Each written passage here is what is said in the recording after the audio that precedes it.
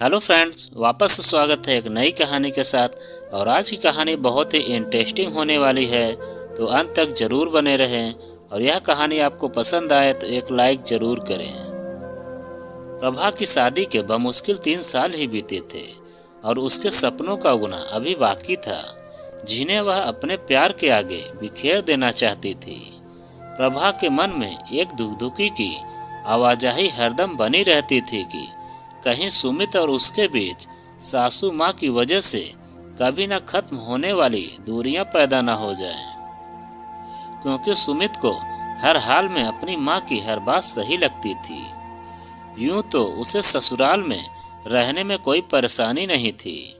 सास ससुर उसका पूरा ख्याल रखते थे। सुमित को अपने मम्मी पापा से काफी लगाव था।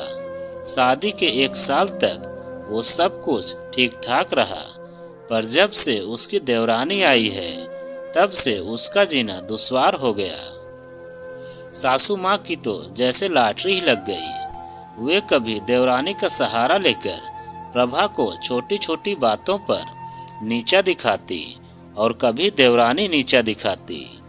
सासू माँ की इन हरकतों से प्रभा और उसकी देवरानी के बीच एक लक्ष्मण रेखा सी खिंच गई थी।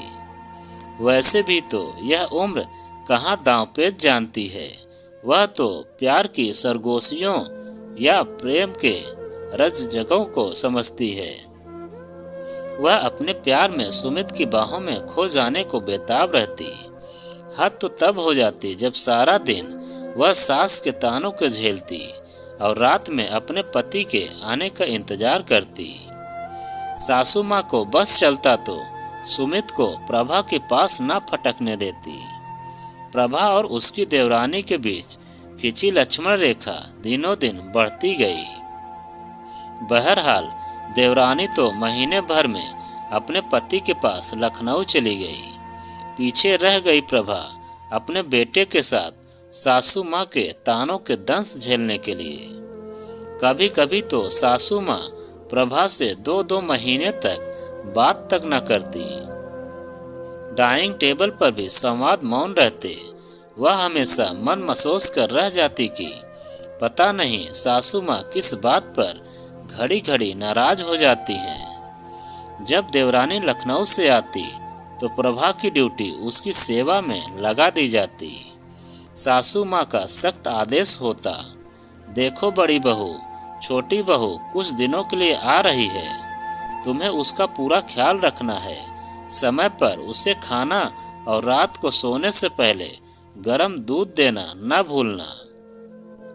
प्रभा को यह कभी बुरा न लगता कि उसे देवरानी के लिए काम करना पड़ता है, पर वह यह जरूर सोचती कि काश सासू माँ ऐसा प्यार मुझ पर भी दिखाए।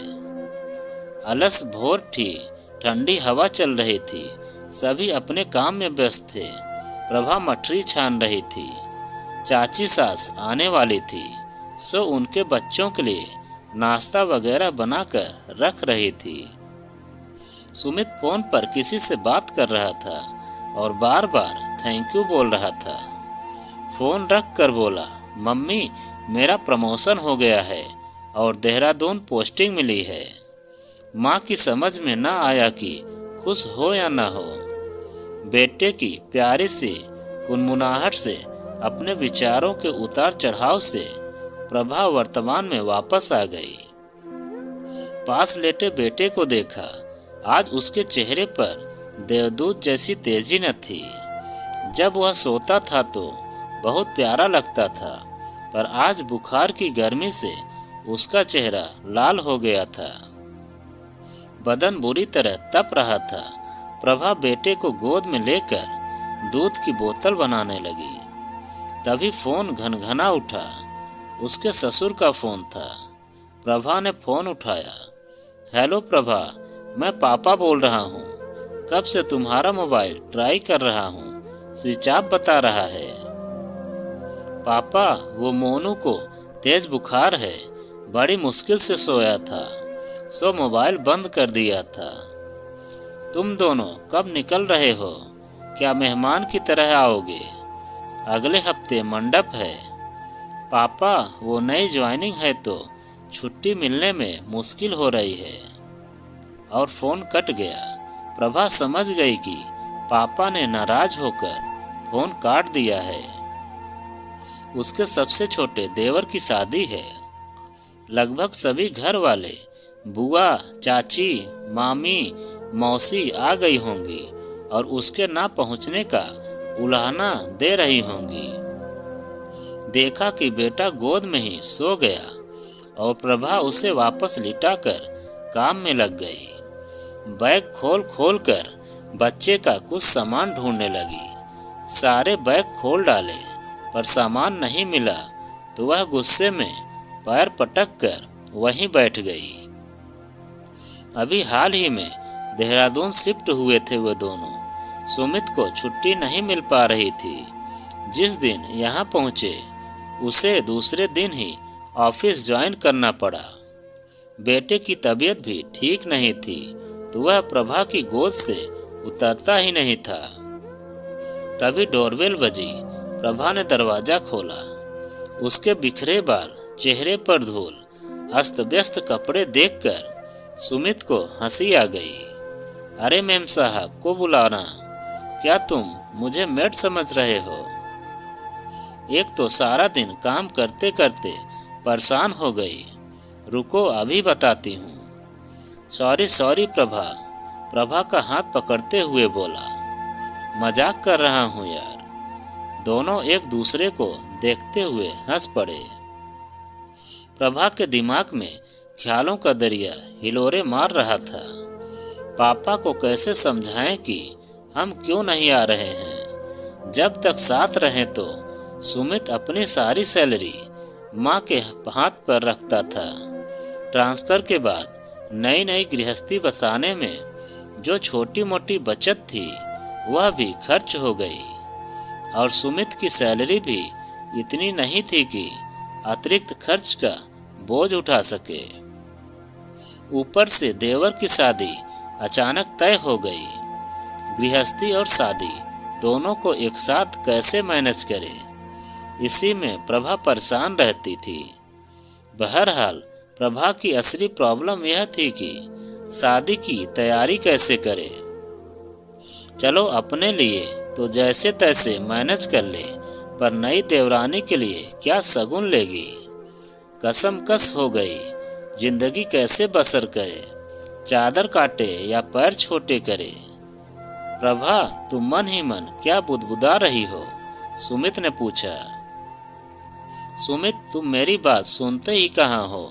अब तुम ही बताओ। जब सब लोग शगुन देंगे तो मैं क्या दूंगी? कुछ तो इंतजाम करो। प्रभा के पास बड़ी चेयर पर बैठता हुआ सुमित बोला। प्रभा परेशान मत हो। मम्मी ने तुम्हारे लिए कुछ न कुछ जरूर सोचा होगा कि उनकी प्यारी बहू अपनी नई देवरानी को क्या देगी। कल जब मम्मी से रात को बात हुई थी तो कह रही थी कि किसको क्या देना है, हम सब खरीद कर ले आए हैं। पर सुमित सोचो, अगर ना लिया हो तो सारे रिश्तेदार मुझ पर तंज कसेंगे। प्रभा रुआंसी हो गई। खैर सुमित ने हमेशा की तरह उसे समझा दिया।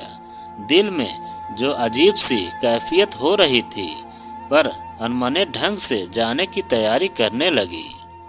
पता नहीं क्यों ससुराल में इस बार प्रभा को सभी का व्यवहार कुछ बदला हुआ सा लगा। चाची, बुआ, ननद सभी उसको इग्नोर कर रहे थे। छोटी छोटी बातों में उसे नीचा दिखाने की कोशिश करते रहते। अभी कल ही की बात थी। मंडप के नीचे सभी औरतें गाना गा रही थी। तभी सासू माँ बोली, कोई चाय वाय का इंतजाम करो। प्रभा उठने ही वाली थी कि सासू माँ बोली, तुम तो रहने ही दो। और चाची सास से बोली, जाओ तुम बनाओ। मेहमानों से काम कराने की कोई जरूरत नहीं है। प्रभा चुपचाप सिर झुकाकर बैठ गई। हद तो तब हो गई जब देवर की ससुराल से जो फल वगैरह आए थे वे सारे फल एक सुंदर सी टोकरी में थे। सारे रिश्तेदार बैठे हुए थे। सभी को वह टोकरी बहुत अच्छी लगी। प्रभा ने बहुत उत्साह से सासू माँ से कहा, माँ, यह टोकरी मुझे दे दीजिए। सासू माँ बड़े तंज में बोली, क्यों, तुम इसका क्या करोगी? और पास खड़ी कामवाली बाई को बड़े प्यार से बुलाया और बोली, यह टोकरी तुम रख लो। आती हूँ कहकर प्रभा फौरन उस कमरे से बाहर आ गई। एक पल ख्याल आया कि सुमित से बात करूं, पर अगले ही पल अपनी माँ की बातें याद आ गई, जिन्हें मन में बसाकर ससुराल में प्रवेश किया था। ससुराल में 4 बातें सह कर रहना पड़ता है। सुमित बोला, प्रभा, क्या कोई प्रॉब्लम है? तुम मुझे कुछ परेशान लग रही हो। प्रभा ने हूँ कहकर बात को टाल दिया। शादी के दरमियान जितनी भी बातें हुई, प्रभा यह सोचकर टालती रहती कि खाली बातों से क्या हासिल। हर एक बात में मील मेख निकालना तो सासू माँ का स्वभाव हो गया है। बहरहाल शादी धूमधाम से निपट गई। आज बहू देखने का शगुन होना था। माँ ने प्रभा को एक झुमकी दिखाई और बोली, ये हमने बनवाई है, इसको माया आने वाली बहू को मुंह में दिखाई में देगी। वाह, प्रभा के मुंह से निकला। माया प्रभा की देवरानी थी। जब सासू माँ ने माया के लिए शगुन बनवाया है तो कुछ न कुछ मेरे लिए भी बनवाया होगा। ऐसा सोचकर प्रभा खुश और निश्चिंत हो गई। शाम गहराने के साथ ही रिश्तेदारों ने आना शुरू कर दिया। गाना बजाना भी चल रहा था। सारे मेहमान एक साथ हॉल में बैठे थे। बेटा परेशान कर रहा था तो प्रभा थोड़ी देर उसको लेकर अपने कमरे में आ गई। तभी सासू माँ ने एक लड़की को भेजा कि जाओ प्रभा से कहो कि मुंह दिखाई की रस्म के लिए आ जाए। प्रभा ने उस लड़की से कहा कि सासू माँ को यहाँ भेज दो। सासू माँ तो नहीं आई, पर एक एक करके उसे कोई न कोई बार बार बुलाने आ रहा था। प्रभा खूब मसौदे बांधती कि अभी आ रही हूँ। वह समझ नहीं पा रही थी कि खाली हाथ कैसे जाए। सासू माँ सबके सामने क्यों उसे जलील करना चाह रही थी। यह घबराहट और परेशानी के कारण उसकी आंखें लाल हो गई थी। अरे भाई, घर की कुलवधू नहीं आ रही है। हाँ, यही नाम दिया गया था जब वह नई नई ब्याह कर घर में आई थी। कुछ तोड़ने के लिए पत्थर जरूरी नहीं है, सिर्फ लहजा बदल लेने से बहुत कुछ टूट जाता है। सुमित भी पता नहीं कहाँ थे। माँ पर जो भरोसा था उन्हें, इसलिए बेखबर होकर अपने दोस्तों के साथ बिजी थे। आंखों में आंसू लिए प्रभा को सामने शीशे में अपने गले में पड़ी सोने की चेन नजर आई। शादी के समय पापा ने माँ की निशानी को आशीर्वाद के तौर पर प्रभा को दिया था और कहा था, बेटा, यह तुम्हारी माँ की चेन है। वह इसे हमेशा पहने रहती थी। जब वह बीमार थी तो वह उसने यह कहते हुए मुझे अपने गले से उतार कर दे दी थी कि जब प्रभा की शादी हो तो उसे पहना देना। अब तुम हमेशा इसे पहन कर रखना, यह तुम्हारी माँ का आशीर्वाद है। तब से प्रभा ने इसे एक पल के लिए दूर नहीं किया था। प्रभा की माँ उसकी शादी के कुछ ही दिन पहले चल बसी थी। वह चैन गले में पड़ी रहती तो प्रभा को लगता था कि माँ दिल में है और हर पल उसके साथ में है।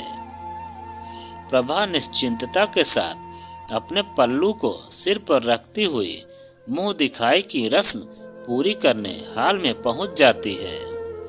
सासू माँ ने कहा, लो आ गई घर की कुलवधू, और माया को झुमकी देते हुए बोली। प्रभा तुम पहले बहू का मुंह देख लो, क्योंकि तुम बड़ी बहू हो, फिर सब देखेंगे।